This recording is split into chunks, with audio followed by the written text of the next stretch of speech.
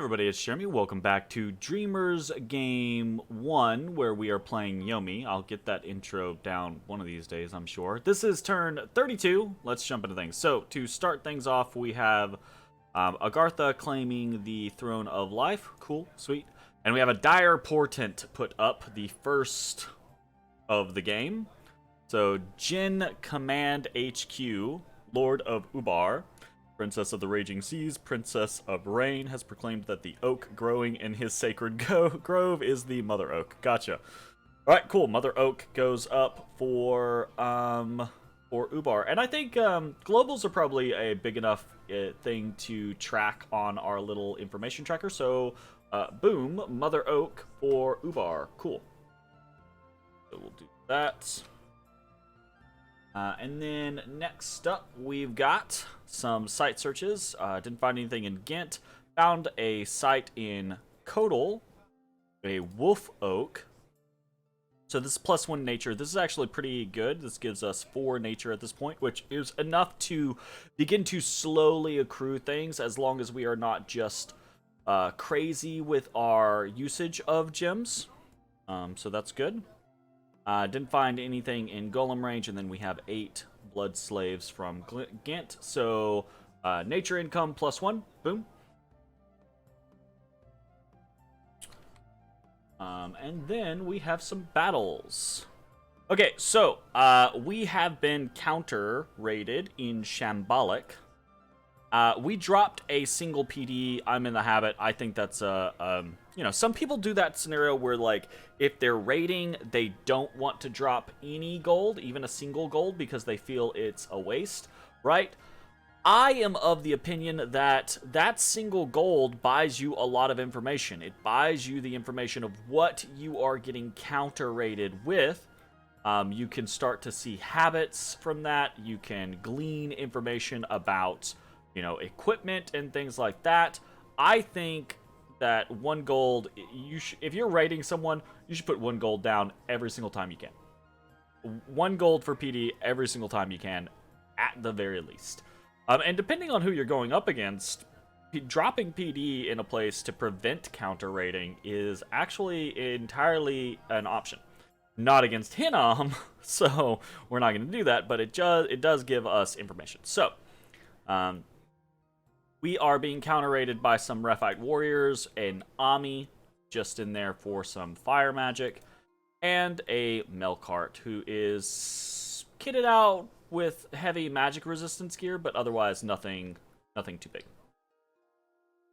Simple fire shields go up, blessings go out, and that should be that.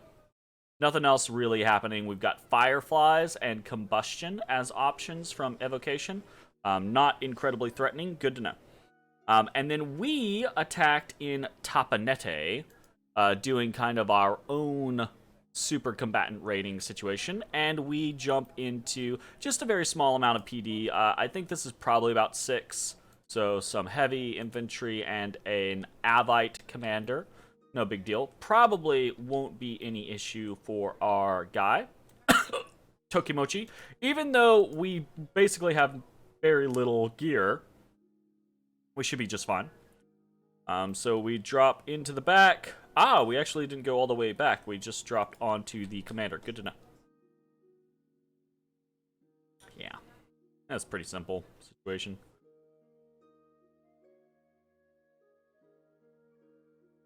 Hard for PD to do anything against a build that we have.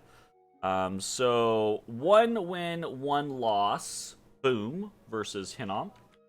So there's that. And then we have some other stuff.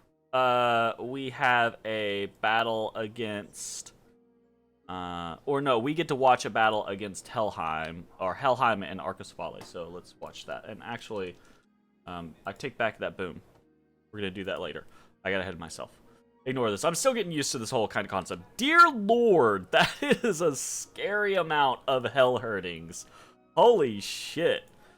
A scary amount of hell hurtings, a fair number of Van Heers here, and we can see, I think, mixed back in here, 3. We got Goddammit the Prophet. With a cornucopia, interesting. That's kind of random. And then a Hangadrot back here. Just the one.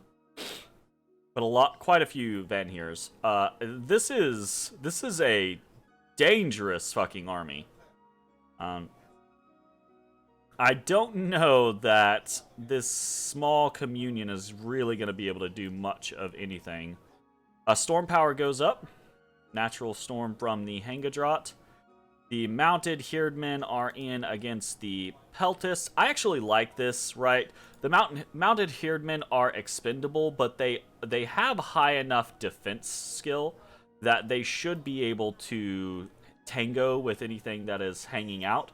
And they're fast, which means they should be able to make it through the breach unless there are counter swift units on the other side, meaning that they can get in and they can block up any reinforcements or any kind of like infantry that are trying to plug the gap. Because really the only way an army in this kind of position wins or inflicts severe losses against an army like Helheim's is by plugging this gap and causing Helheim to route from like turn time or from, a fear effect or army losses or something like that, right? So by doing this, by sending these mounted Herdmen in early, he kind of helps prevent that from happening. They kind of help prevent that from happening, right? By getting into the infantry. So that being said, I don't think it would matter much in this particular instance because he's got a lot of Anheers, and that's gonna be a lot of lightning bolts and the occasional thunderstrikes. So there we go, just deletion. And what do we have going on back here? We've got Earth Meld, Sleep Clouds, Desiccation. So unfortunately, nothing like Soul Slay or anything like that. Like Soul Slay would actually potentially be pretty okay in here. It's not gonna be great because but it could pop a couple of high value targets because every single one of these Hell Heardings is a high value target, and 10, even just 10 Soul Slays actually connecting and popping Hell Heardings or heaven, forbid a Van here or that Hangadrot, that would be a lot to lose, especially to such a small force here.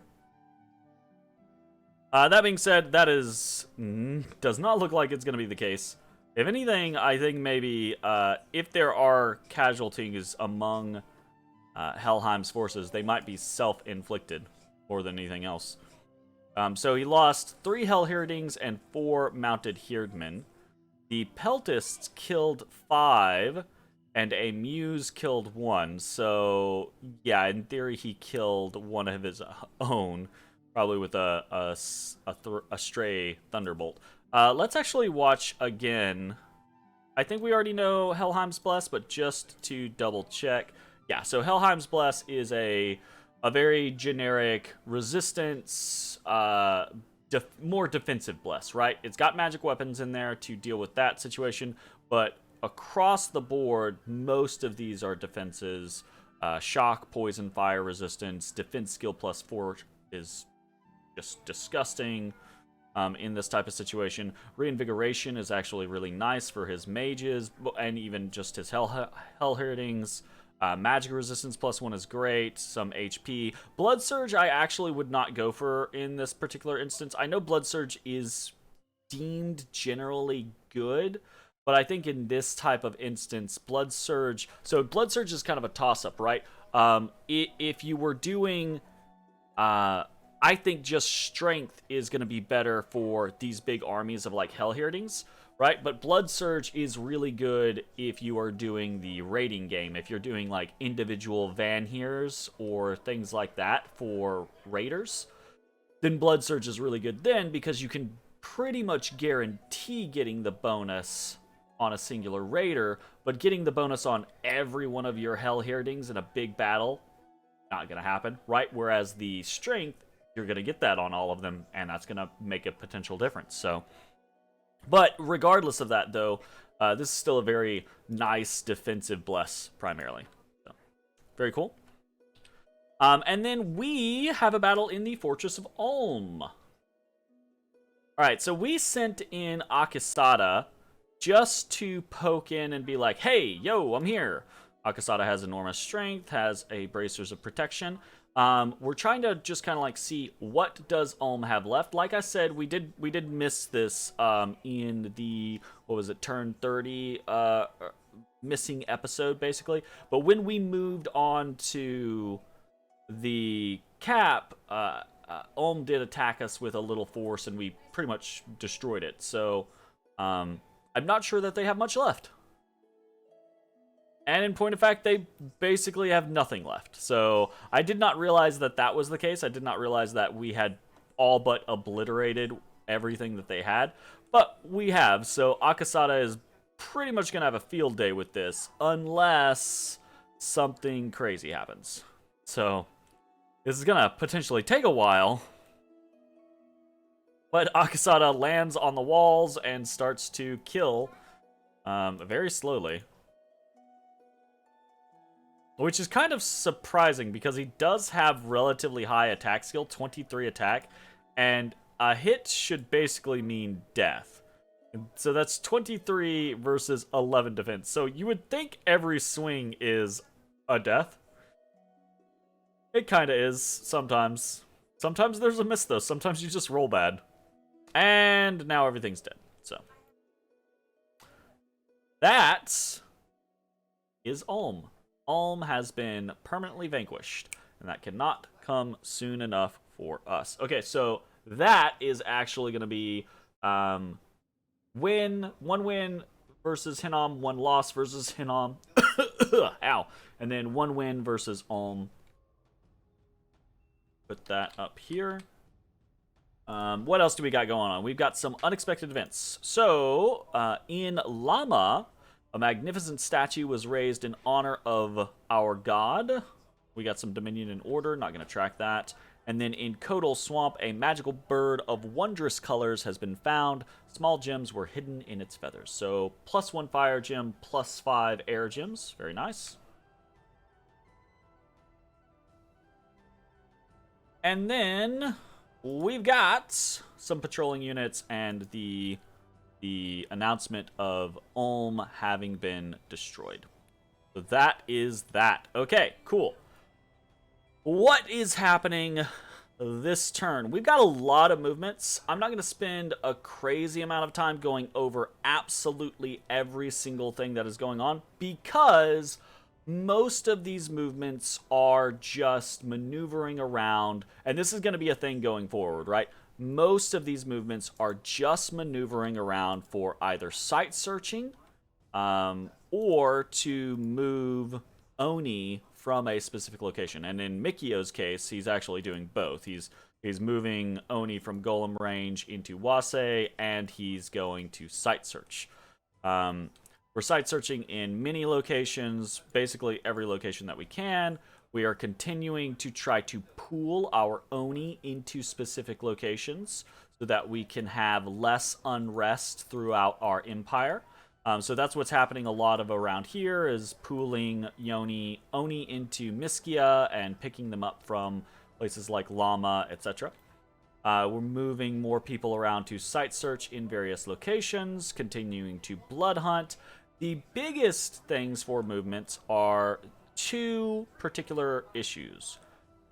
One is we see a Melkart in Menace, and we are not quite prepared to try to go head-to-head with a Melkart, right? Let's take a look at this battle in Shambolic real quick. So we can see this Melkart with the bless that they have. Don't have it up yet. Still don't have it up yet. With the bless that they have, right? Attack skill 2, shock resistance, cold resistance, magic resistance, strength 2, larger, undead leadership, right? What does that really have us facing up against? That has us facing up against an individual that has about half again as much almost double the amount of HP that we have, right? Not quite, probably about 40% more or so. Um, which is dangerous, right? They have at least one high attack value, high damage attack. They have enough morale to probably get through our awe consistently, so that's not going to help us normally. And they're doing things like Fire Shield, which isn't going to be too big of a deal, but can mess with us a little bit, right? Um, what this is to say is basically it's a little bit of a crapshoot, right? If we go up against a Melkart, the Melkart could kill us, or we could kill the Melkart. Kind of depends on who gets the lucky hits in, exactly what gear is on, right? Like a Gore helmet is gonna be pretty good against us because we don't have multiple attacks at this current point. But they have low protection, so us with Iron Skin, etc., that's gonna really help us out. But we don't have things like Temper Flesh. So this is they don't have things like regeneration. So it's really kind of a crapshoot, okay? And that means if it's a crapshoot, I don't want to take it, right? I don't want to take fights that are potentially going to be a chance of Hinnom winning, right? We want to take fights that we're like, yeah, we're pretty sure we're going to win this, right? So rather than pushing Tokimochi forward, we are actually going to move into Flimistan, where we have a free lab, and we're going to pick up some gear. We don't have much in the way of gear right now, but we are going to make some gear to try to assist us in that front.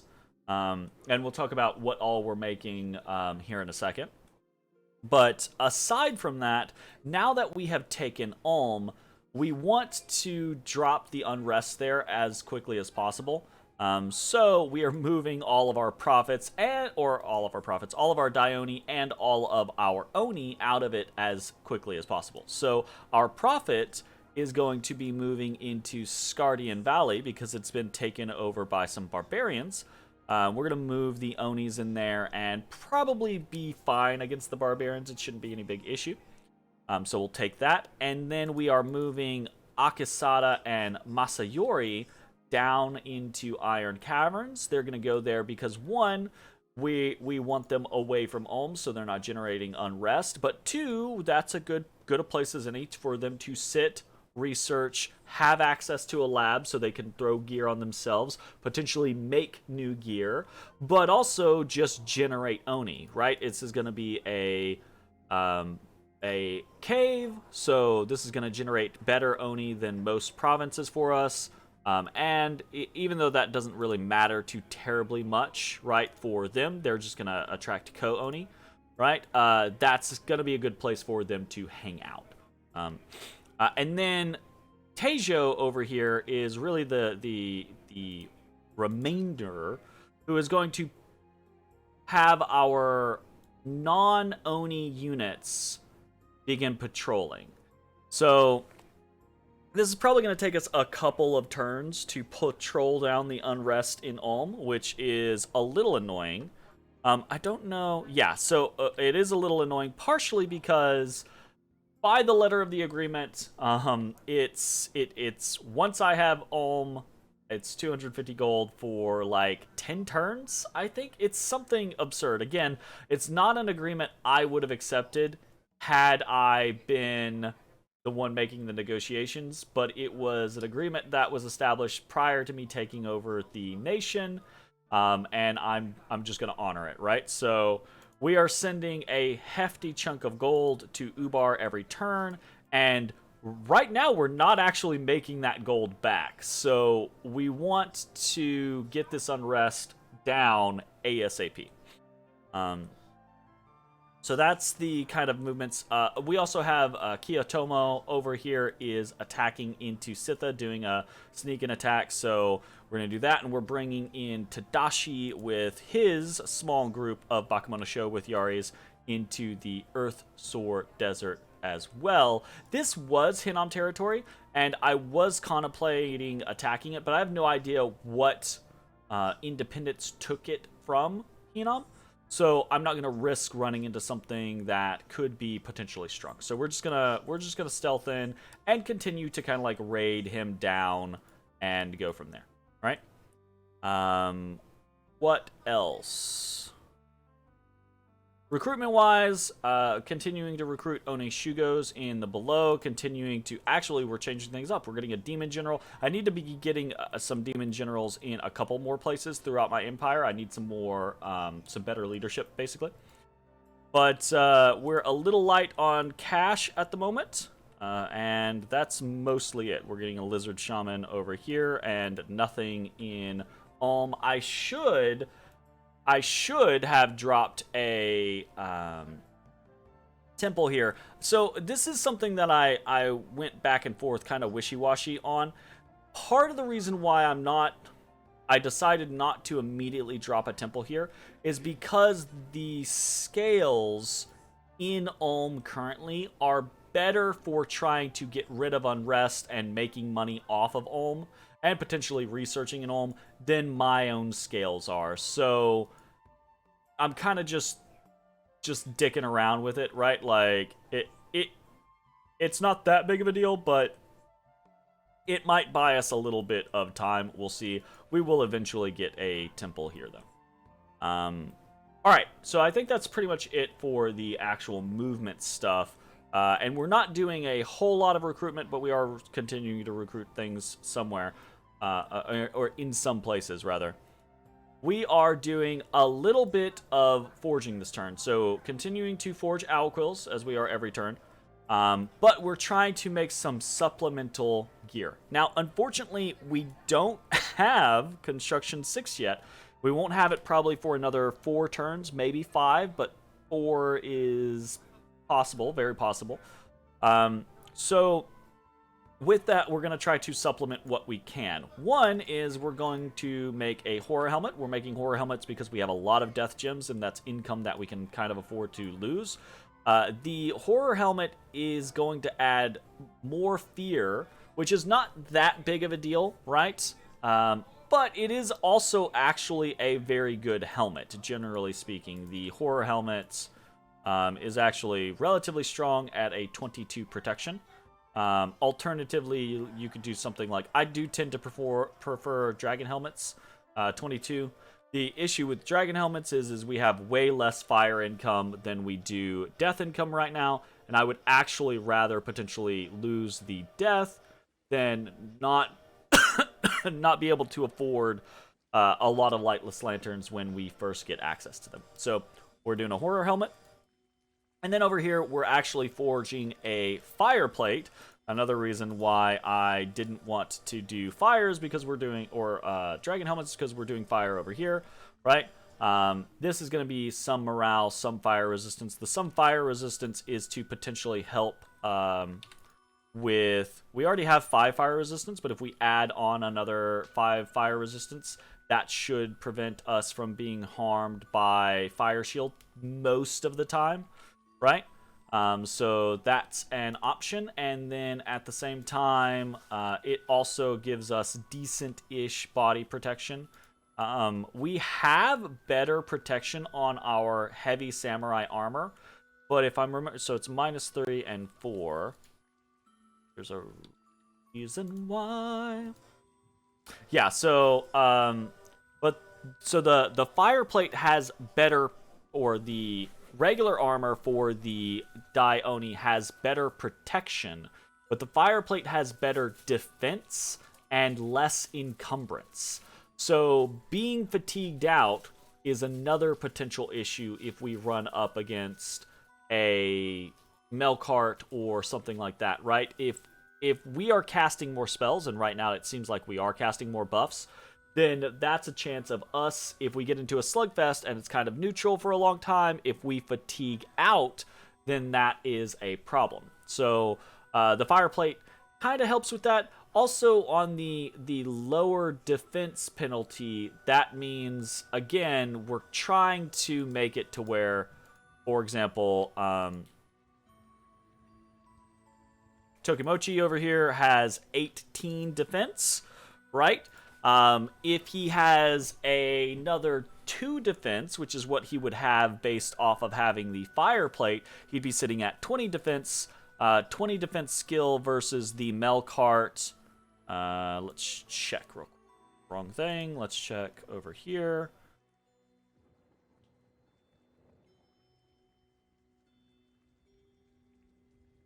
So 20 defense versus a 19 attack Dawnblade, right? It's just slightly pushing things in our favor. Unlikely to, really get it as a situation where it's like, oh, we're never going to get hit, right? We're still going to get hit, but there's less of a chance of us getting hit. Or something like the Gore, right? Going from 16 versus 18 to 16 versus 20, that makes a difference. That's a 4-point difference. That could actually mean that the Gore doesn't hit us multiple times in a turn, or in a row, and that could be us surviving. Then to top things off, we're also moving into making some Boots of the Messenger. Now, we might not actually immediately use the Boots of the Messenger on Tokimochi. I do actually think that the Boots of Giant Strength are gonna tend to be superior in a duel versus Melkarts at this exact moment. But the Boots of the Messenger are going to be one of those options that allows us to be encumbrance or fatigue neutral, basically, later on down the road. Plus, Boots of the Messenger are just really, really useful, period. They're probably one of the best items in the game, in my opinion, because not only do they give you very good reinvigoration, but they also just have really good move speed, and they're really cheap. Three nature gems. We now have 4 nature gems per turn, so 3 nature gems means we could make Boots of the Messenger every single turn for the rest of the game and still be gaining in nature gems if we're not spending anything else, right? So Boots of the Messenger, really, really good bang for your buck. So that is what we're doing. We're doing +1 Owl Quill, we're doing a Horror Helmet, we're doing a Fire Plate, and we're doing a Boots of the Messenger as far as forging goes. Jot that down real quick. As far as attacks against Hinnom go, we are actually going to be kind of cautious this turn. I kind of talked about this a little bit already. We have a very narrow choke going into Hinnom's territory, and we're mostly wanting them to focus on Agartha, and maybe we just raid them down a little bit over here. Still waiting on Ermor to move in from the south and start attacking as well. So hopefully by the time the ball really gets rolling, our opening salvo is maybe a little early, but hopefully by the time the ball really gets rolling, we're just going to have a few things to try to accomplish. Just take a couple of little provinces over here, and then hopefully not have to do too terribly much. So yeah, we'll see how that goes. I think that's it. I don't think we did any rituals this turn, and I don't think we have any infrastructure being built. We could have done a temple, but we chose not to. Partially, here's another reason why I chose not to use a temple. Because of our commitment to send 250 gold to Ubar every single turn, if you'll check our income, I'm actually not 100% sure that we will be able to afford sending that shit to Ubar and also recruiting a Dione next turn. Even with the amount that we have stockpiled, I don't know that that's going to be the case. So we'll see how it goes. Money is going to be, like, getting Ulm is really nice. That in the long term, that's going to be a very good thing for us. But in the short term, because of this agreement, it is going to be a pain in the ass. It's going to be a big drain on our coffers. We're really going to rely on some events, getting the unrest down in Ulm, and just kind of having to micromanage our money for a little while. And hopefully we'll get some good stuff out of Hinnom, and we'll go from there. Anyways, I think that is going to be the... Well, hold up. We didn't take a look at the Thrones of Ascension. We got a new throne here. Agartha has taken the Throne of Life. I guess it's not a new throne, though. Like, Hinnom had this previously, right? So, spreads Dominion 2, gives growth +1, and gives 3 nature gems per turn. So, pretty cool. I know, actually, a lot of people do that whole, like, I'm not going to take growth 3, In point of fact, maybe we didn't take growth 3, or maybe our player didn't take growth 3. I feel like they oh no, they totally did. We totally did. Because we had the silver sarcophagus last turn. That's what it was. That's why our growth is impacted currently. So I know some people actually say that, right? Like they actually don't take growth 3. They take stuff like growth 1 or growth 2 because they say that they're so likely to get thrones that improve growth that it's a waste. I don't know that that's true. I think that I think if you did an average and you studied that, I think from turn like 60 on, you would see that the scale that you get from growth 3 versus growth through is pretty crazy comparative to what you would get otherwise, assuming that you couldn't get a throne or some other growth buff. Anyways, I think that is probably going to be it. Nothing else really to check. Yep, should be fine. So next couple turns, we'll see what Hinam responds with. We'll see how quickly Ermor can get into the battle, and I'm fanning out, trying to keep all eyes I can on the Agarthan conflict and on the Helheim versus Arcocephale conflict, which it looks like Lanka is joining in as well. Yay!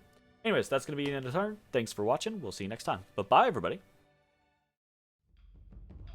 Hey everybody, thanks for watching. If you enjoyed the video, consider leaving a like, commenting, or subscribing. It really helps me out. If you'd like to see me live, head over to my Twitch at twitch.tv/thedistanthorizon.